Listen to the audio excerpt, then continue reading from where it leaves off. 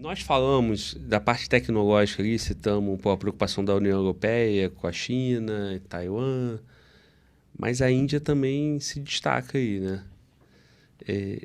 Com tudo isso que envolve a Índia, né? O potencial de ser a maior economia do mundo daqui a 50 anos, população enorme. Como é que você vê a Índia aí nesse cenário? A Índia é um país que ele é pouco falado por enquanto, mas a tendência é que no futuro, Glauber, a gente fale bem mais sobre a Índia. A Índia tem algumas dificuldades ainda sociais. É um país que tem mais de 50% da população ainda rural. É um país que tem muita dificuldade com parte da população com energia elétrica, com saneamento básico e, enfim, tem um IDH ainda bastante complicado. Mas se for pegar do ponto de vista econômico, existe uma elite da Índia, que a gente pode classificar como uns 10 a 15% da população, que é muito intelectualizada. Só que uma coisa é 10, 15% da população brasileira. Pô, a gente está falando de, sei lá, 20 mil pessoas, né? Não, Sim. calma, 20 milhões, perdão, conta errado aqui. 20 Geografia, milhões. geografia. Umas 20 milhões de pessoas. Na Índia, a gente pega 10%, É o Brasil inteiro. é o Brasil inteiro Quase. de uma elite intelectual, entendeu? Então, é muita coisa, é muita coisa. A Índia, por exemplo, ela tem um programa aeroespacial bem desenvolvido, vide a missão lunar aí, que a Índia fez recentemente. A Índia tem em Bangalore o que a gente chama de o novo Vale do Silício, tamanha a capacidade de desenvolvimento de softwares, produtos aí de informática, até de comunicação mesmo. A Índia tem no setor de serviços também o seu grande destaque em Nova Delhi, enfim. Então, a Índia, após a década de 90, ela mudou demais. Ela promoveu um processo de abertura econômica com medidas um pouco mais liberais e, assim, você tem um ambiente bom para negócios com uma população de 1,4 bilhão de pessoas, pô, isso torna o seu país muito atrativo. Querendo ou não, o Brasil mesmo já é atrativo com os nossos 200 milhões de pessoas. Imagina 7 vezes mais do que isso, que a população indiana. A gente está falando de quase 1/6 da população mundial. Então, a Índia, ela é extremamente atrativa, só que sem o ônus da China. Porque na China, que tem a mesma população, o potencial lá é muito maior, é muito mais industrializado, renda per capita é maior, mas na China você sabe assim que tem uma interferência muito forte do Estado nos empreendimentos, é uma sociedade muito mais regulada, né? A Índia, ela apresenta um potencial de crescimento muito grande, porque tem muita coisa ainda para desenvolver, é muito tecnológico e é uma população tão grande com um Estado mais aberto a negócios do que é o Estado chinês. Então eu vejo assim, a Índia como o futuro do crescimento da economia mundial, de fato. Pois é, recentemente um convidado falou assim, a preocupação não é mais a China, a preocupação é a Índia. Fala um pouco da Índia, mas o que vai dominar aí o debate nos próximos anos é a Índia e não a China. Assim, eu não acho É que... difícil descartar a China, né? Eu acho que é uma coisa em tão curto prazo, porque a China ela já passou por todo o processo. Desenvolvimento da indústria de base, de bens de consumo não duráveis, de bens de consumo duráveis. Então ela tem um processo mais bem desenvolvido, vamos colocar assim. A Índia, ela ainda está passando com algumas falhas em alguns setores. Que nem eu falei, é um país, por exemplo, que você tem ainda quase 50% da população vivendo no campo, com mais da metade da população sem acesso a saneamento básico e com uma dificuldade muito grande de levar energia elétrica para o país como um todo. Então, assim, é um país dicotômico, né? É um país que tem, assim, muita desigualdade interna. Mas o potencial de crescimento, assim, ele é sensacional, ele é gigante. E isso é assim porque é muita gente, né?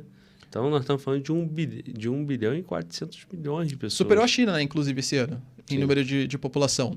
E também pelas políticas do Estado indiano. A Índia ela conseguiu, pós-década de 90, através desse processo de mais abertura econômica, isso era muito aprazível para receber empreendimentos, negócios estrangeiros e tal.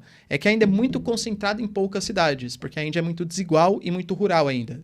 Mas, com certeza, com o crescimento que ela vem apresentando, a tendência é que isso escalone bastante, assim. Embora tenha conflitos, né? Tem conflito com a China, tem conflito com o Paquistão, conflito da Caxemira. Pô, recentemente teve um entreveiro com o Canadá também, porque supostamente os indianos fizeram uma perseguição a uma minoria religiosa que são Sikhs. Então tem algumas questões étnicas, religiosas e disputas fronteiriças. Mas economicamente falando, eu vejo mais potencial num futuro, médio e longo prazo, tá? Não curto, mas médio e longo prazo para a Índia do que para a China.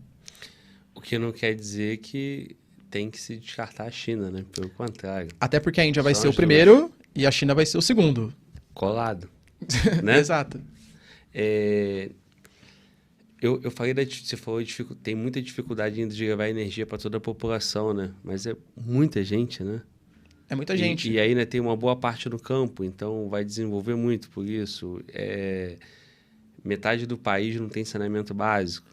Nós estamos falando de 700 milhões de pessoas, 700 né? milhões de pessoas, né? Por outro lado, é uma elite, né, pensante lá, né? O desenvolvimento tecnológico de muita gente, no tamanho do Brasil. Exato. Né? Agora, o que esses dois países aí, cara, ensinam pro mundo aí, né? China e Índia, com tanta gente, tanta pobreza, tanta riqueza. Eu acho que a gente está percebendo, Glauber, que existe uma clara diferença entre país rico e país desenvolvido. Quando eu pergunto, a Índia é um país rico? Com toda certeza. A China é um país rico? Com toda certeza. O que é bem diferente de ser um país desenvolvido. É um novo modelo que o mundo ele vai ter que se acostumar. O centro econômico, o centro geopolítico do mundo, ele está saindo do Atlântico e está indo para o Índico-Pacífico. E esses países hoje, eles estão se tornando potências econômicas sem ter se tornado potências no nível de IDH, de qualidade de vida. Então a gente está tendo, né, que nem eu falei, a China, que por mais que os indicadores sociais tenham aumentado, isso aqui é um dado interessante, tá? Hoje, um chinês, ele tem uma renda per capita maior que o brasileiro, na média, inclusive, mas ainda convive com grandes desigualdades. A Índia, mesma coisa, crescimento absurdo, mas com grandes desigualdades. Então, com essa transferência de tecnologia, Sudeste Asiático, Extremo Oriente crescendo, a gente está percebendo a ascensão de novos países ricos, mas não países desenvolvidos. Coisas que eram mais difíceis de ver no passado. Antes era mais fácil, né? Pô, país rico, a França, a Alemanha, Estados Unidos, eram países também desenvolvidos. Hoje em dia, essas coisas não andam necessariamente juntas. Eu também quero incluir aqui na nossa pauta sobre os exercícios militares, né? Porque teve um exercício militar da OTAN ali próximo da Rússia, né? E aí tem exercício militar com uma certa frequência, a Coreia do Norte faz. E quero falar da China. Vamos falar dos exercícios militares e aí depois a gente entra na China. Bom, do exercício que você está falando da OTAN, é um exercício que ele ainda não aconteceu, ele vai acontecer, chamado Steadfast Defender. Na verdade, são exercícios que a OTAN ela faz recorrentemente. O último aconteceu há 2 anos, se não me engano, tá? O ano passado, há 2 anos, e ele contou com 9 mil militares. Esse exercício que vai acontecer agora, que a OTAN prometeu fazer, ele vai contar com 40 mil militares. Olha a diferença, né? Só 4 vezes mais. Só 4 vezes mais. E vai contar com determinado número de caças, vai contar ali com equipamentos aéreos, marítimos, tudo tal. E, coincidentemente, esses exercícios eles vão acontecer centrados na Polônia, na Alemanha, Letônia, Lituânia, Estônia. Ou seja, países bálticos, Alemanha e Polônia. Justamente bem próximo dos russos. Ou seja, claramente, inclusive isso foi até anunciado, tá?